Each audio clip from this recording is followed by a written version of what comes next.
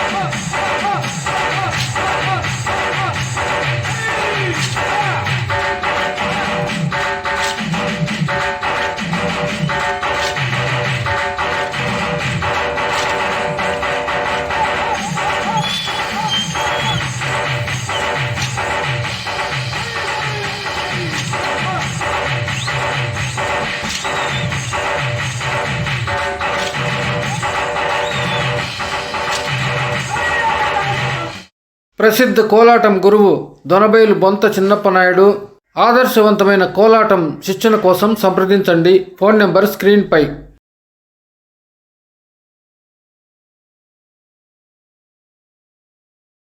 నైపుణ్యము గల కోలాట ప్రదర్శన అరవీడు మడుగువారిపల్లి కోలాట బృందం కోసం సంప్రదించండి. Leader Rammohan Naidu. Phone number స్క్రీన్పై.